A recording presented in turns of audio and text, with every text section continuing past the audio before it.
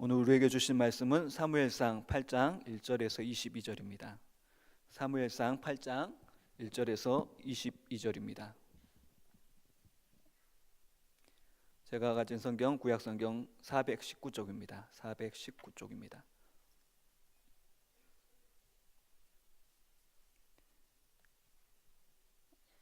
사무엘상 8장 1절에서 22절입니다. 교독하겠습니다.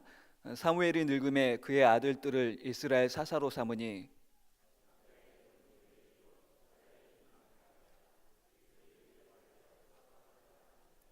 그의 아들들이 자기 아버지의 행위를 따르지 아니하고 이익을 따라 뇌물을 받고 판결을 굽게 하니라.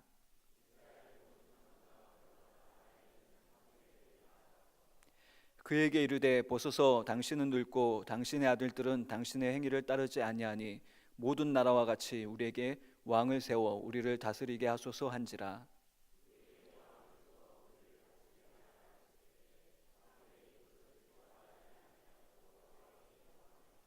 여호와께서 사무엘에게 이르시되 백성이 내게 한 말을 다 들으라. 이는 그들이 너를 버림이 아니오 나를 버려 자기들의 왕이 되지 못하게 함이니라.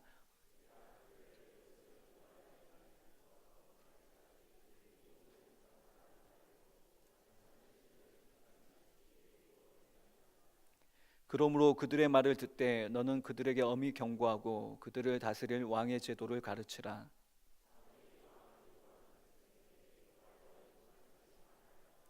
이르되 너희를 다스릴 왕의 제도는 이러하니라. 그가 너희 아들들을 데려다가 그의 병거와 말을 어거하게 하리니 그들이 그 병거 앞에서 달릴 것이며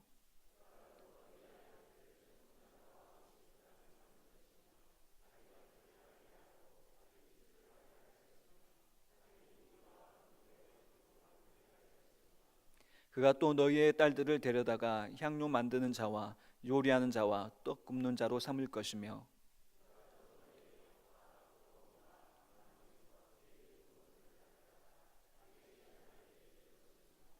그가 또 너희의 곡식과 포도원 소산의 11조를 거두어 자기의 관리와 신하에게 줄 것이며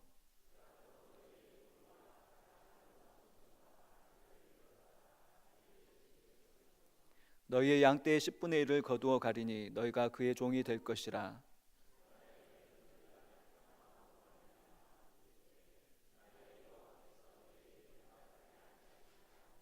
백성이 사무엘의 말 듣기를 거절하여 이르되 아니로소이다. 우리도 우리 왕이 있어야 하리니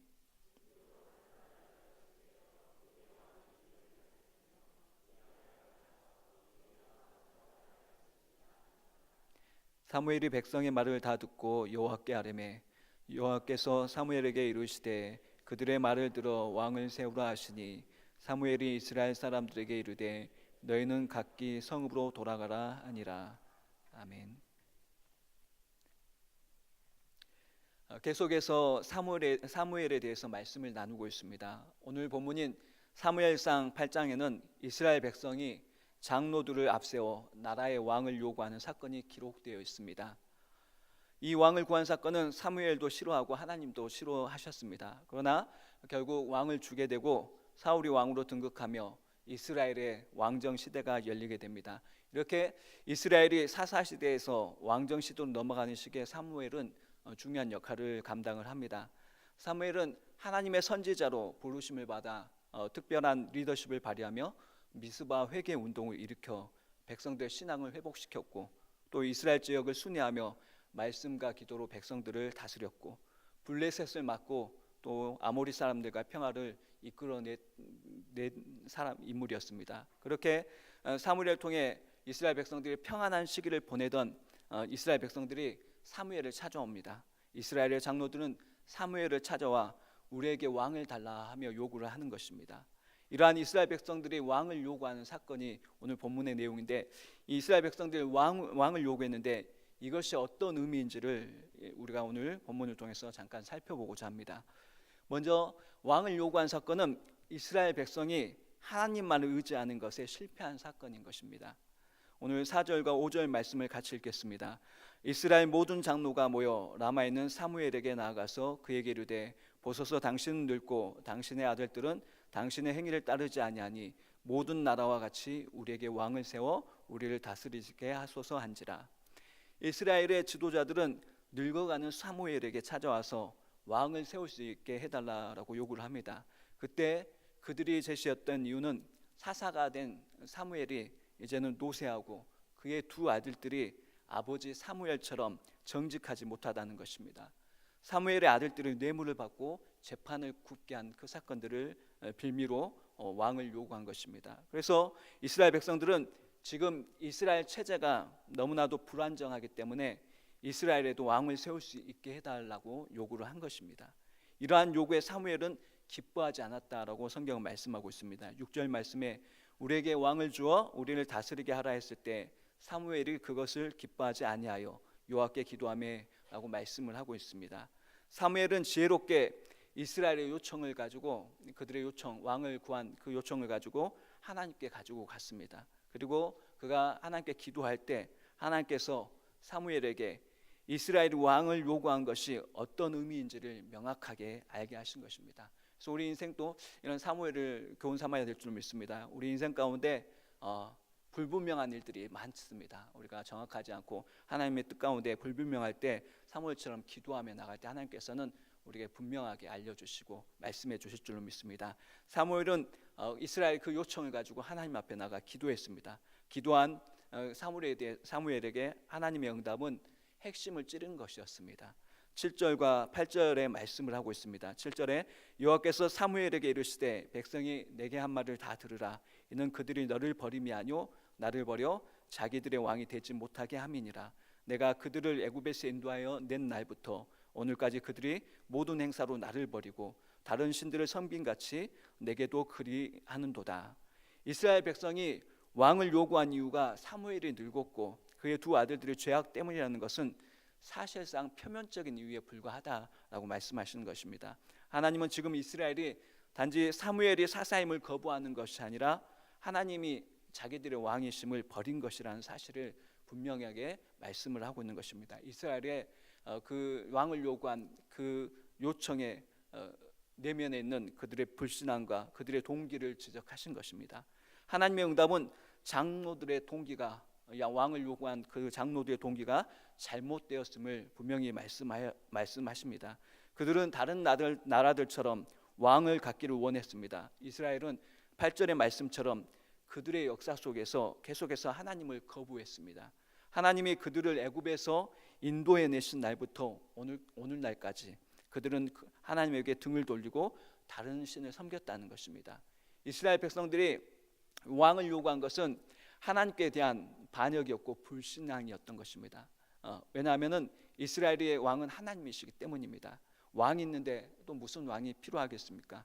이스라엘 백성들의 이야기는 하나님만으로는 불안하다는 것입니다. 그들은 마치 남의 집에 새들어 사는 사람들처럼 적이 침략하면은 그때서야 회의를 열어야 하고 회의를 열어야 하고 부랴부랴 군대를 준비하는 그러한 수고와 번거로움이 있었기 때문에 미리미리 어려움을 대비할 수 있도록 왕을 두고 군대를 준비하자는 것이었습니다.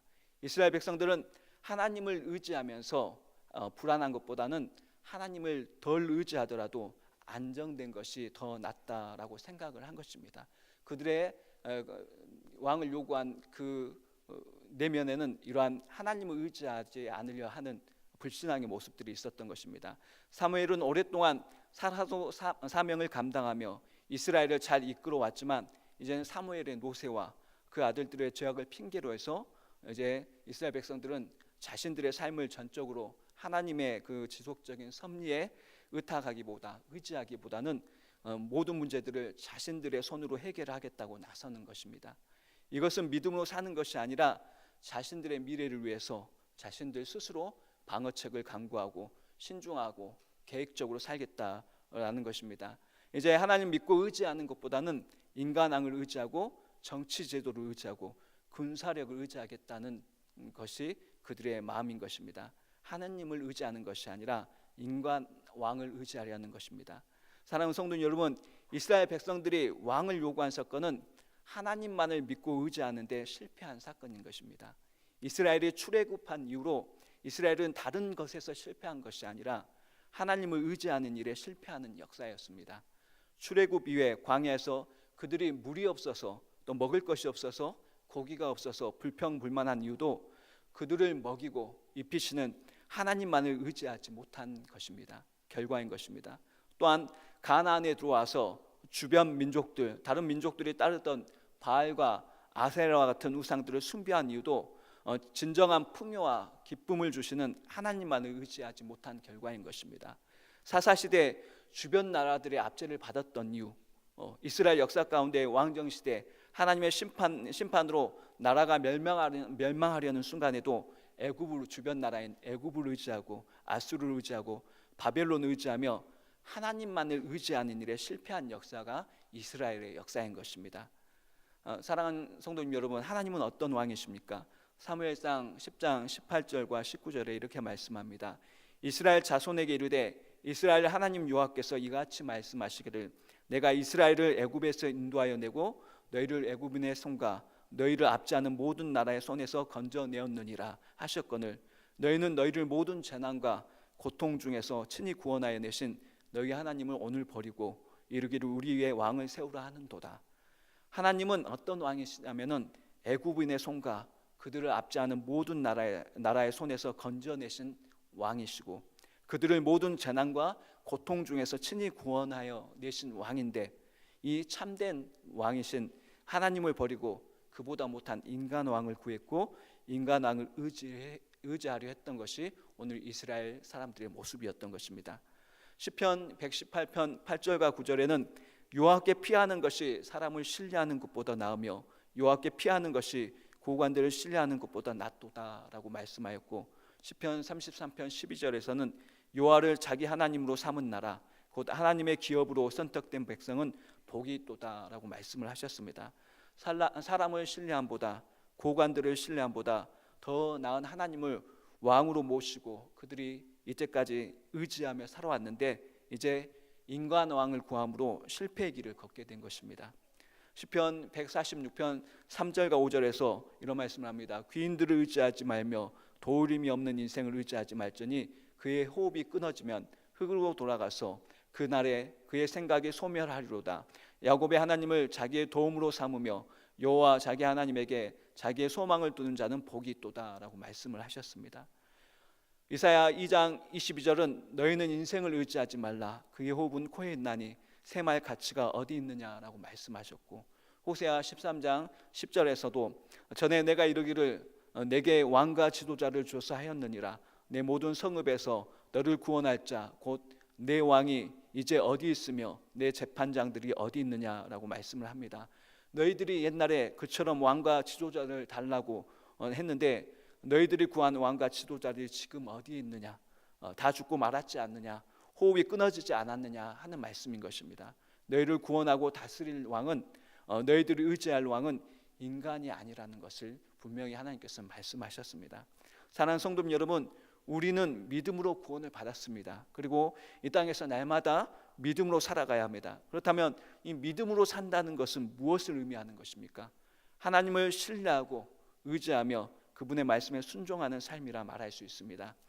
간단히 말하면 하나님만 의지하며 사는 것이 우리의 믿음의 삶인 것입니다. 믿음으로 산다는 것입니다.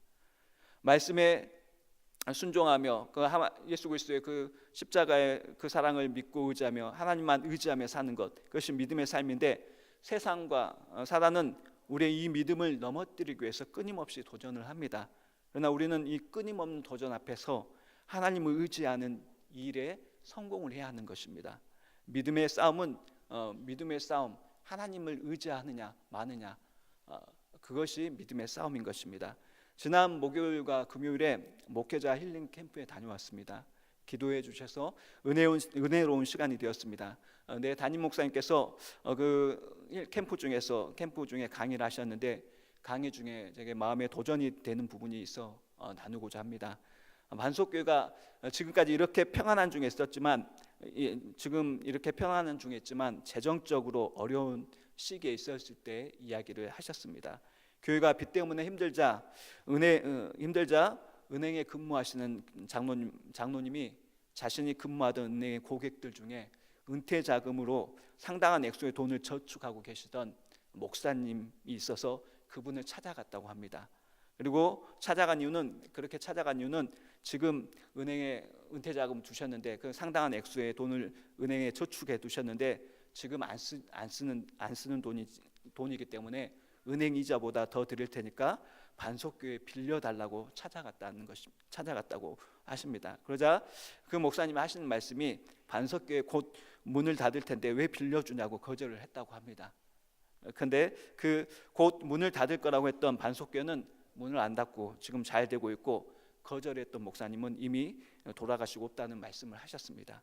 그 말씀을 하는 중에 목사님께서 그렇게 재정적으로 어려운 시간을 통과하고 이렇게 반석교회가 문 안 닫고 잘 되고 있는 이유가 무엇이었는가 하는 질문을 하시면서 스스로 답하시기를, 다른 것이 아니라 이 어려운 시간이었지만 그 시간 하나님만을 의지하는 데 성공했기 때문이다 말씀을 하셨습니다. 하나님만을 의지하는 데 성공했기 때문이다. 이 말씀이 제 마음에 많은 도전이 되었습니다. 여러분에게도 질문하고 싶습니다. 여러분은 하나님만을 의지하는 데 지금 성공하고 계십니까? 이스라엘의 문제도 지금 우리를 살고 있는 우리들의 삶에도 이것은 동일하게 적용되는 것입니다. 사랑하는 여러분, 질병 중에 있을지라도 또 고난의 문제 가운데 있을지라도 인생의 걸음이 엉망진창인 것 같아도 아무런 소망이 없는 것 같을지라도 하나님만을 의지하는 데 성공하시길 기도하겠습니다.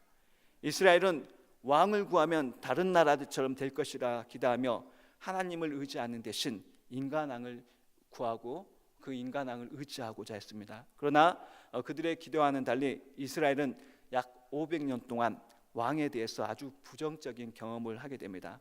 솔로몬 이후 이스라엘은 북왕국과 남왕국으로 갈라집니다. 북왕국과 남왕국 간의 역사는 우리 조선왕조 500년을 능가하는 역사였습니다. 이스라엘의 왕조 시대에 비참한 사건들이 계속 이어집니다. 평화의 시대는 좀처럼 찾아오지 않았습니다. 자식이 아비를 치고 신하가 왕을 치는 악행들이 계속되고 피 흘리는 것이 이스라엘의 역사가 되었습니다. 만약 이스라엘 백성들이 다른 나라들과 같이 되는 것을 거부하고 우직하게 그들의 왕이신 여호와 하나님을 의지하고 믿음으로 사는 일에 성공했다면 이스라엘의 역사는 분명히 달라졌을 것입니다. 그러나 이스라엘은 그렇지 못했던 것입니다. 사랑하는 성도님 여러분, 하나님을 의지하는 대신에 다른 무언가를 의지하면 혹독한 대가를 치르게 됩니다. 그러나 하나님을 의지하는 데 성공하면 하나님의 백성은 망하지 않고 복된 삶을 살게 될 것입니다. 오늘 이 순간도 하나님과 그분의 말씀을 의지하느냐 마느냐의 갈등의 기로에 우리들은 있을 것입니다. 그러나 그러한 갈등의 기로에서 우리는 반드시 하나님을 의지하는 일에 성공하시길 소원해야 되고 기도해야 될 줄 믿습니다. 이것이 우리의 믿음의 싸움인 줄 믿습니다. 그러나 오늘 왕을 요구한 이스라엘은 이 하나님만을 의지하는 일에 실패한 것입니다. 그래서 우리는 그러한 이스라엘 백성들의 전체를 밟지 않도록 늘 힘쓰며 하나님만 의지하는 일에 성공하는 귀한 성도의 삶이 될 수 있기를 바랍니다. 두 번째로 살펴볼 수 있는 것은 왕을 구한 사건, 이스라엘이 왕을 구한 사건은 이스라엘 백성들이 자신들의 문제를 자기 자신에게서 찾지 못하고 외부적인 것에서 찾았던 사건이었습니다. 하나님께서 백성들의 왕정 요구, 이스라엘 백성들의 왕정 요구를 책망하신 것은 이스라엘 백성들이 모든 문제가 자신들의 믿음 부족에 있다는 근본적인 이유는 깨닫지 못하고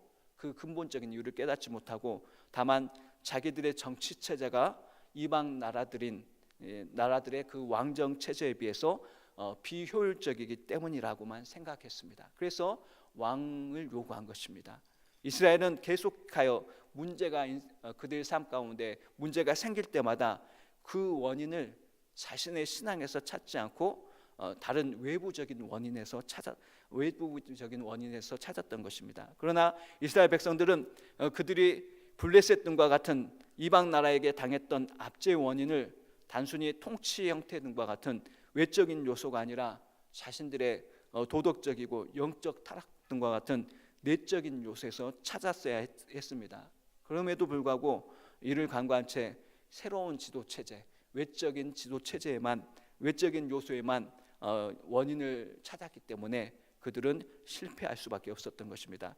사사시대 이스라엘 백성들이 징계를 받았던 이유는 다른 나라가 강해서가 아니었습니다. 그들이 우상을 숭배하고 하나님의 말씀을 떠나 하나님과의 관계에서 실패했었기 때문에 하나님께서는 이방 나라를 사용해서 징계하신 것이지 이방 나라가 강해서 그들을 징계하신 것이 아니었습니다. 그런데도 불구하고 이스라엘 백성들은 문제의 원인을 자신에게서가 아니라 외부에서 찾았던 것입니다. 오늘 이스라엘 백성들이 왕을 요구한 이유가 그것이었습니다. 이 왕정 체제 문제 때문이다. 그들이 이렇게 앞서받고 힘든 이유는 왕정 체제 때문이다. 그들에게서 찾지 않았습니까? 하나님과 관계가 깨어진 그들의 모습 속에서 찾지 않았던 것입니다. 이러한 점은 인간의 죄성으로부터 나타나는 중요한 특징입니다. 창세기 에덴 동산에서부터 시작된 이야기인 것입니다. 아담과 하와가 선악과를 먹고 범죄하였을 때 하나님께서는 아담에게 질문을 하셨습니다. 내가 내게 먹지 말라 명한 그 나무 열매를 내가 먹었느냐?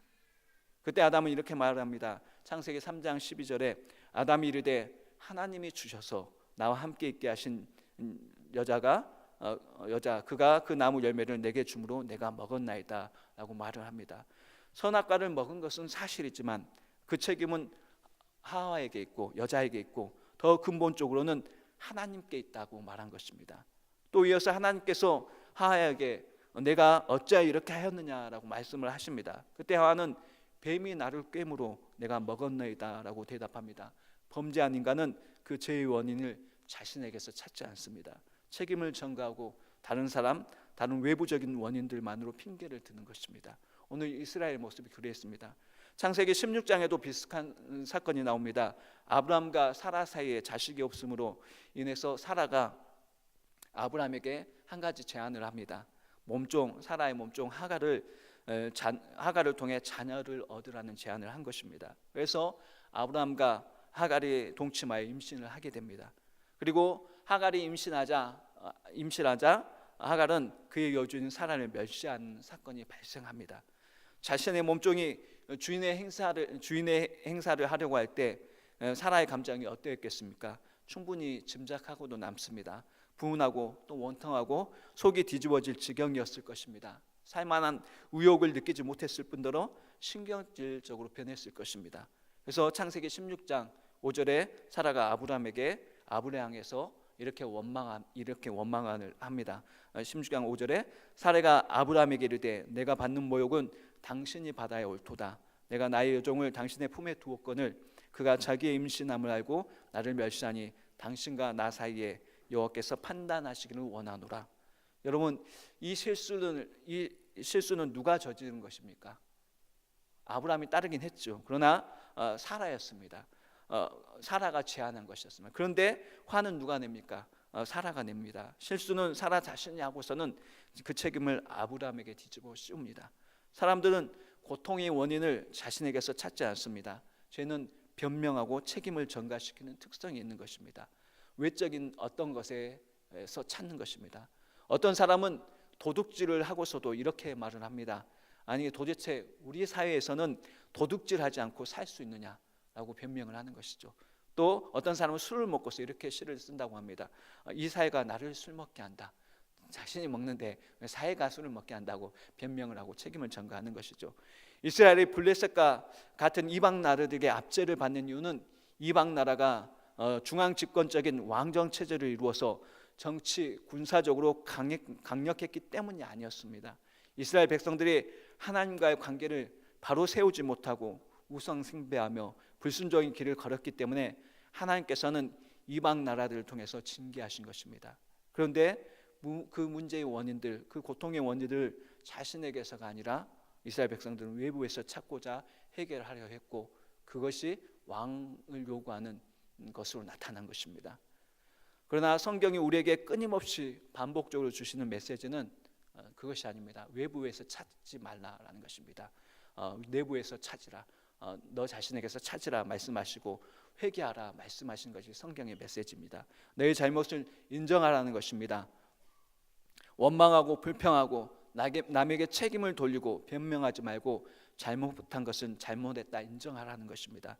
문제를 자신에게서 찾으라는 것입니다. 이것을 가리켜 회개라고 말을 하는 것입니다. 회개하면 하나님이 회복시켜 주시고 고쳐 주시고 용서해 주시겠다는 것입니다.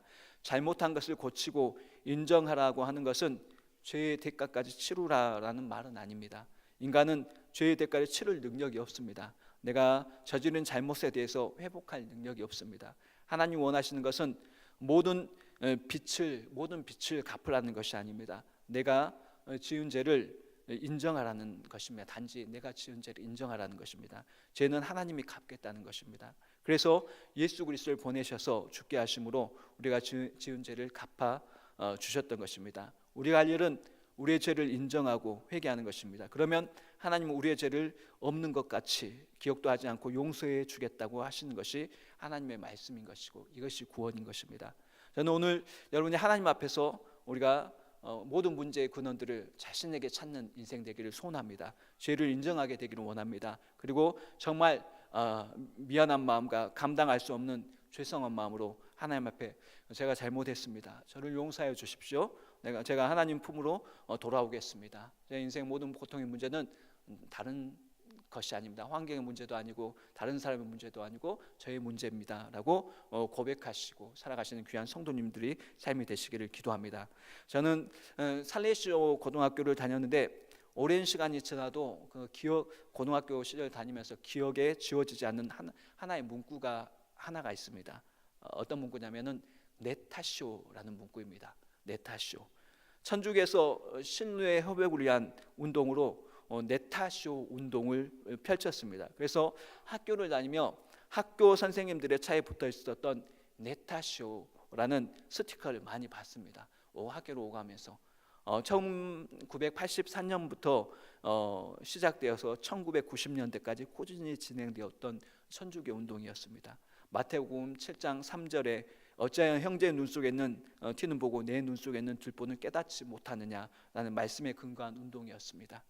모든 문제의 원인을 자기 자신에게서 찾자는 것입니다. 그런데 우리는 죄인이라 이 부분에서 약합니다. 그래서 부부간에 있어서도 남편 탓이고 아내 탓이고 또 부모 자식 간에 있어서도 부모 탓이고 자식 탓이고 다른 누군가에게 책임을 전가합니다. 외부적인 내게서 찾는 것이 아니라 그 외부적인 어떤 것에서 찾는 것입니다. 오늘 이스라엘 왕을 구한 사건에는 모든 원인을 내부에서 찾지 않고 자신과 하나님과의 관계에서 찾지 않고 외부적인 요소에만 찾으려 했던 사건이 이스라엘이 왕을 구한 사건이었습니다. 우리는 모든 일에 먼저 정직하게 하나님 앞에서 또 그분의 말씀 앞에서 자기를 살피며 기도하며 회개하는 삶이 되어야 될 줄 믿습니다. 내 안에서 하나님 앞에 내 안에 있는 죄악들을 발견하고 회개하며 내 안에서 모든 문제의 원인을 찾고 근본적인 원인을 찾고 하나님 앞에 돌이키며 하나님과의 관계를 회복해가는 그냥 성도님의 삶이 될 수 있기를 기도하겠습니다. 세 번째, 이스라엘 왕을 요구한 사건은 이스라엘 백성이 세상의 유혹에 넘어진 사건인 것입니다. 사무엘상 8장 5절에 이렇게 말씀합니다. 그에게 이르되 보소서 당신은 늙고 당신의 아들들은 당신의 행위를 따르지 아니하니 모든 나라와 같이 우리에게 왕을 세워 우리를 다스리게 하소서 한지라. 사무엘상 8장 19절과 20절에 이렇게 말씀합니다. 백성이 사무엘의 말 듣기를 거절하여 이르되 아니로소이다. 우리도 우리 왕이 있어야 하리니 우리도 다른 나라들 같이 되어 우리의 왕이 우리를 다스리며 우리 앞에서 나가서 우리의 싸움을 싸워야 할 것이니라 하는지라. 이 5절과 20절 말씀에서 어떤 단어가 나오냐면 모든 나라와 같이 다른 나라들과 같이 이 왕을 요구했던 것입니다. 5절과 20절에 모든 나라 다른 나라들이란 단어가 나옵니다. 개역 한글 성경에서는 열방과 같이라는 단어로 2번 쓰였습니다. 이스라엘 백성들이 왕을 요구한 일은 다른 나라들과 같이 되겠다는 것입니다. 이스라엘의 주변국들 즉 세상 열방들과 같이 되겠다는 것입니다. 하나님을 왕으로 모시고 살지 못했던 열방이 그렇게도 부러웠던 것입니다. 세상이 부러웠던 것이죠. 그래서 세계 어떤 나라도 가질 수 없었던 만군의 하나님 여호와를 왕으로 모시고 사는 특권과 축복을 가지고 있었던 민족이 이스라엘 백성들이었음에도 불구하고 그것을 망각하고 만군의 여호와를 왕으로 모시고 살지 못했던 열방들이 그렇게도 부러웠던 것입니다. 이러한 행동은 만군의 여호와를 왕으로 모시고 사는 이스라엘 백성으로서의 특권과 축복을 완전히 잊어버린 행동이었습니다. 시편 49편 20절에 이런 말씀이 있습니다. 존귀하나 깨닫지 못하는 사람은 멸망하는 짐승 같도다라고 말씀을 합니다. 그 사람이 아무리 존귀한 위치 자리에 처해 있어도 그것이 얼마나 존귀한가를 깨닫지 못하는 사람은 멸망하는 짐승과 같다는 것입니다. 이스라엘 백성은 어느 나라도 가질 수 없었던 만군의 하나님을 왕으로 모시고 살아오는 그 존귀한 자리에 있었지만 그 존귀의 가치를 깨닫지 못하고 세상 나라들과 같이 되기를 소원했습니다. 이스라엘 백성들이 왕을 구한 사건은 열방과 같이, 다른 모든 나라들 같이, 세상같이 되기 위해서였습니다. 즉 이스라엘 백성이 세상의 유혹에 넘어간 사건이 왕을 구한 사건이었습니다. 사랑하는 성도 여러분, 세상의 유혹은 강력합니다. 사단은 우리를 믿음에서 넘어뜨리기 위해서 도전합니다. 예수님을 시험할 때도 사단은 천하만국의 영광을 보여주며 세상 모든 영광을 보여주며 도전하고 시험합니다. 동일하게 우리의 삶 가운데도 늘 사단이 우리에게 도전하는 중요한 통로는 세상입니다. 하나님의 자녀들은 구원받은 백성이고 하나님께만 참된 소망이 있음을 고백하지만 세상 속에 살기에 날마다 이런 세상의 유혹에 직면하고 있습니다. 믿지 않는 회사 동료가 로또에 당첨되어 수십억의 부자가 되었다면 부럽지 않겠습니까? 믿지 않는 친구 아들이 서울대학교 수석으로 입학했다면 부럽지 않겠습니까? 청년들에게는 불신자 친구가 있는데 얼굴 예쁘고 몸매 날씬한 것 빼고는 머리도 또 성격도 안 좋은데 잘 나가는 남자를 만나 결혼했다면 부럽지 않겠습니까? 예수님 믿는 나는 이렇게 아둥바둥 사는데 세상 사람들은 잘 산다면 부럽지 않겠습니까? 그렇게 부러워하다가 세상 유혹에 넘어지게 된 것입니다. 여기서 우리가 한 가지 생각해 볼 것은, 그렇다면 왜 우리는 이러한 세상 유혹에 넘어지는가 하는 것입니다. 왜 세상을 부러워하고 세상 유혹에 넘어지는가? 신명기 8장 11절에 이렇게 말씀합니다. 내가 오늘 내게 명하는 여호와의 명령과 법도와 규례를 지키지 않냐고 내 하나님 여호와를 잊어버리지 않도록 삼갈지어다. 신명기 8장 14절에서는 내 마음이 교만하여 내 하나님 여호와를 잊어버릴까 염려하노라. 여호와는 너를 애굽 땅 종되었던 집에서 이끌어내시고 라고 말씀합니다. 또 신명기 8장 19절과 20절에 내가 만일 내 하나님 여호와를 잊어버리고 다른 신들을 따라 그들을 섬기며 그들에게 절하면 내가 너에게 증거하노니 너희가 반드시 멸망할 것이라. 여호와께서 너희 앞에서 멸망시킨 민족들 같이 너희도 멸망하리니 이는 너희가 너희 하나님 여호와의 소리를 청종하지 아니함이니라 라고 말씀을 합니다. 하나님께서는 이스라엘이 가나안 땅에 들어가 살면서 염려하신 부분이 있었습니다. 그게 무엇이냐? 방금 전에 읽은 신명기 8장 11절, 14절, 20절, 19절과 20절에 반복되는 단어가 있죠. 하나님을 여호와를 잊어버리지 않도록, 하나님 여호와를 잊어버릴까 염려하노라. 여호와를 잊어버리고 다른 신들을 따라 하나님을 잊고 하나님께서 염려하신 것, 그들이 가나안 땅에 들어가 살면서 사는 그 이스라엘 백성들에게 하나님께서 염려하신 것이 있었는데 그것은 하나님을 잊고 그분의 구원하심을 잊고 하나님께서 그들을 선택하시고 부르시고 하나님 백성 삼으신 것을 잊고 그들을 구원하신 것을 잊고 가나안 주민들이 섬겼던 그 우상들을 섬기게 될 것을 염려하셨던 것입니다. 하나님의 그러한 염려대로 이스라엘 백성들은 가나안 땅에 들어가서 그들의 하나님을 잊었습니다. 그래서 하나님께서는 그들의 하나님을 잊을 때마다 주변 나라 민족들이 이용하셔서 징계하셨던 것이 사사시대의 역사였던 것입니다. 사무엘상 12장 9절에 이렇게 말씀합니다. 그들의 하나님 여호와를 잊은지라 여호와께서 그들을 하솔 군사령관 시스라의 손과 블레셋 사람들의 손과 모압 왕의 손에 넘기셨더니 그들이 저희를 침해라고 말씀을 합니다. 사사시대 반복되는 하나님의 징계의 원인이 무엇이었느냐 하면 이스라엘 백성들이 그들을 구원한 구원의 하나님 여호와를 잊었기 때문에 하나님께서 징계하셨던 것입니다. 신명기 8장 19절에서 염려한 대로 이스라엘은 가나안에 들어와서 정착하면서 그들을 구원하신 하나님을 잊어버렸고 주변 이방 민족들이 섬기던 우상들을 섬겼던 것입니다. 그러면 하나님께서 블레셋과 모압 등의 손에 넘기심으로 징계하시는 역사가 사사시대 역사였던 것입니다. 오늘 이스라엘 백성들이 왕을 요구한 때가 언제였습니까? 왕이 없어서 주변 국가들에게 압제받던 시기가 아니었습니다. 사무엘의 특별한 리더십 아래에서 블레셋과의 전쟁에서 승리하고 이제 블레셋의 압제는 사라지고 주변 나라들과 평화를 이루던 시기였습니다.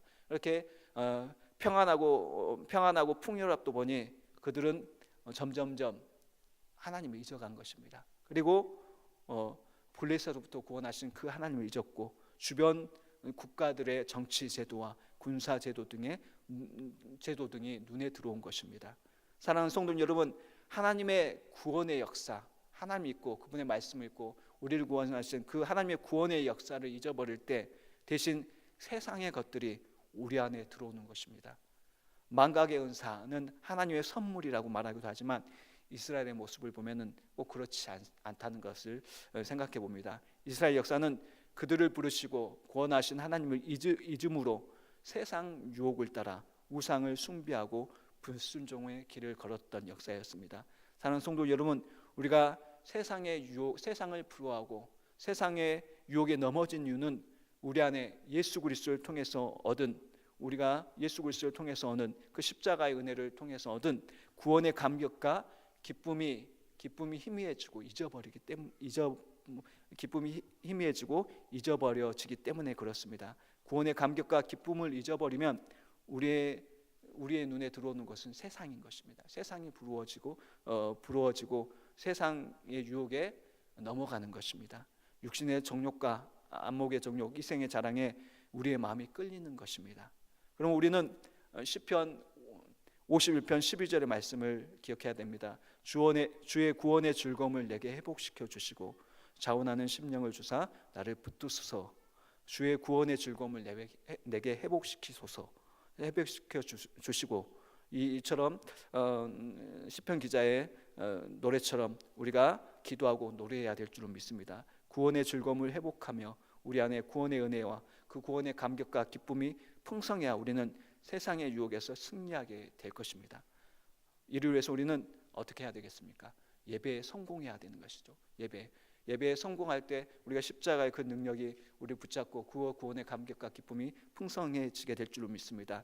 또 말씀과 기도의 시간을 내야 될 줄로 믿습니다. 말씀과 기도 붙들고 그 십자가 앞에 나갈 때 우리가 십자가의 구원의 은혜, 구원의 감격과 기쁨이 잊혀지지 않고 날마다 회복되는 역사가 있게 될 줄로 믿습니다.